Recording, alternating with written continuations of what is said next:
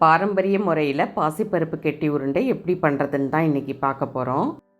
ஒரு படி முழு பச்சை பயிர் எடுத்திருக்கேன். இதை நம்ம கடாயில் சேர்த்து நல்லா கலர் சேஞ்ச் ஆகிற வரையும் வறுத்துக்கணும். அதாவது நல்லா செவந்து வர வரையும். பாசிப்பருப்பு நல்ல வாசம் கொடுக்கும், அதை வச்சே தெரிஞ்சுக்கலாம். நீங்கள் சேர்க்கும்போது இருந்த கலருக்கும் இப்போயும் பார்த்தீங்கன்னா தெரியும் எந்த அளவுக்கு வறுத்துருக்கோன்ட்டு.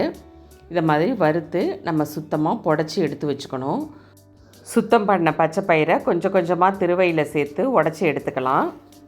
கடையில் வாங்கி வறுத்து செய்கிறத விட வீட்டில் நம்ம பாரம்பரிய முறைப்படி செஞ்சு கொடுத்து பாருங்கள். அதுக்கு பிறகு வீட்டில் உள்ளவங்களாம் இந்த ருசிக்கு அடிமையாயிடுவாங்க. அந்த அளவுக்கு இந்த பலகாரம் ரொம்ப டேஸ்ட்டாக இருக்கும். இது போல் கொஞ்சம் கொஞ்சமாக நம்ம பச்சை பயிரை சேர்த்து நல்லா உடச்சி எடுத்துக்கணும்.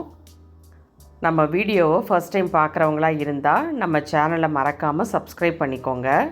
பாருங்கள், உடச்ச பயிறு எந்த அளவுக்கு இருக்குதுன்னு உங்களுக்கு பார்க்கும்போது தெரியும்.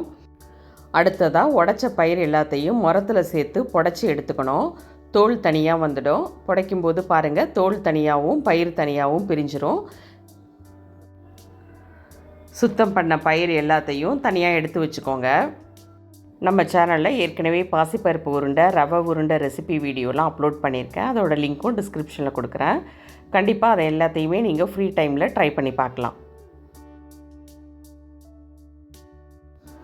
இப்போது புடச்சி சுத்தம் பண்ண பாசிப்பருப்பை ஒரு பாத்திரத்தில் கலெக்ட் பண்ணி வச்சுக்கலாம். இப்போது 4 பங்கு பாசிப்பருப்பு நம்ம எடுத்துக்கிட்டோன்னா அதுக்கு 1 பங்கு பச்சரிசி எடுத்துக்கணும். நான் 1 படி பாசிப்பருப்பு எடுத்திருந்தேன், அதுக்கு 1/4 படி பச்சரிசி எடுத்திருக்கேன். இதுதான் அளவு. 4:1 இதுதான் ரேஷியோ. அதையும் நல்லா வறுத்து ரெண்டையும் ஒன்று சேர்த்து மிக்சர் ஜாரில் அரைச்சி எடுத்துக்கலாம். குவான்டிட்டி அதிகமாக இருக்கிறதுனால கொஞ்சம் கொஞ்சமாக சேர்த்து அரைச்சி எடுத்துக்கலாம். அரைச்ச மாவை சல்லடையில் சேர்த்து சலிச்சு எடுத்துக்கோங்க. இந்த வீடியோ கண்டிப்பாக உங்கள் எல்லாருக்குமே பிடிக்கும்னு நம்புகிறேன். உங்கள் ஃபேமிலி அண்ட் ஃப்ரெண்ட்ஸுக்கு ஷேர் பண்ணிவிடுங்க. டெய்லி அப்டேட்ஸ் பார்க்குறதுக்கு பெல் ஐக்கானை ப்ரெஸ் பண்ணிக்கிட்டிங்கன்னா அப்பப்போ கரெக்டான நோட்டிஃபிகேஷன்ஸ் உங்களுக்கு வந்து சேர்ந்துடும். சலிச்ச மாவை தனியாக எடுத்து வச்சுக்கோங்க. மேலே கொரப்பாக இருக்கிறத எல்லாத்தையும் ஒன்று சேர்த்து திரும்பவும் மிக்சர் ஜாரில் அரைச்சி கூட எடுத்து திரும்பவும் சலிச்சிக்கலாம். இப்போது மாவை ரெடி பண்ணியாச்சு. அடுத்ததாக ஒரு முழு தேங்காய், அதாவது 2 மூடி தேங்காவை பல்லாக கீறி அதை வாணலில் சேர்த்து நல்லா வறுத்துக்கணும். அடுப்பை மீடியம் ஃப்ளேம்லேயே வச்சு நிதானமாக வறுத்துக்கோங்க. இந்த அளவுக்கு வறுபடுற வரையும் வறுத்து எடுத்துக்கலாம். அடுத்ததாக 100 கிராம் பொட்டுக்கடலை சேர்த்துக்கிறேன். அதையும் நல்லா வறுத்துக்கோங்க. ஓரளவு கலர் சேஞ்ச் ஆகிற வரையும் பொட்டுக்கடலையும் வறுத்து எடுத்து தனியாக எடுத்து வச்சுக்கோங்க. ஒரு பிளேட்டுக்கு மாற்றிக்கலாம். அடுத்ததாக நம்ம 50 கிராம் எள்ளு சேர்த்து வறுக்க போகிறோம். எள்ளு பொரிஞ்சதும் அதையும் பிளேட்டுக்கு மாற்றிக்கோங்க. வறுத்த தேங்காயை மாவில் அப்படியே சேர்த்துடக்கூடாது.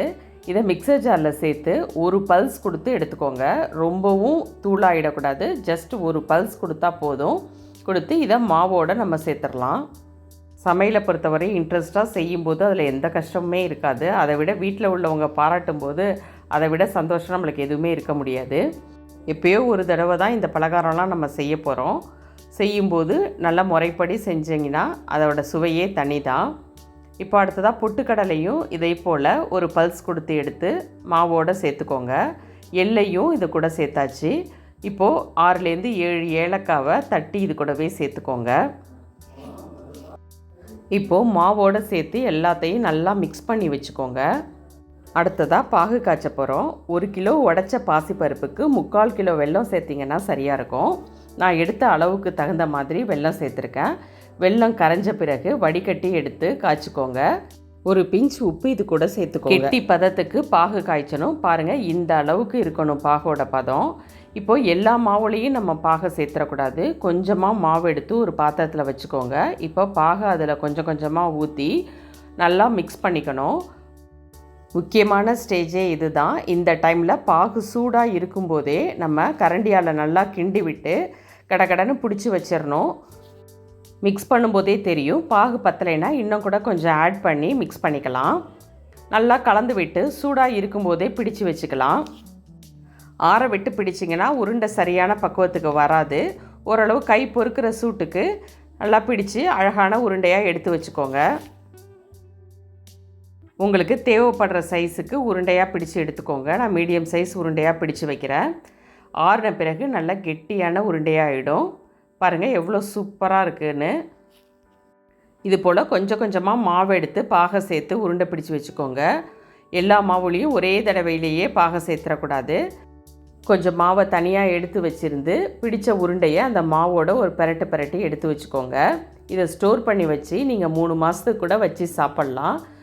நாள் பட இன்னும் டேஸ்ட் அதிகமாகவே தவிர கொஞ்சம் கூட இந்த டேஸ்ட்லேருந்து குறையாது. சூப்பரான பாசிப்பருப்பு உருண்டை ரெடி ஆகிடுச்சு. நீங்களும் ட்ரை பண்ணி பார்த்துட்டு எப்படி இருந்ததுங்கிறத கமெண்ட்ஸில் ஷேர் பண்ணுங்கள். தேங்க்யூ.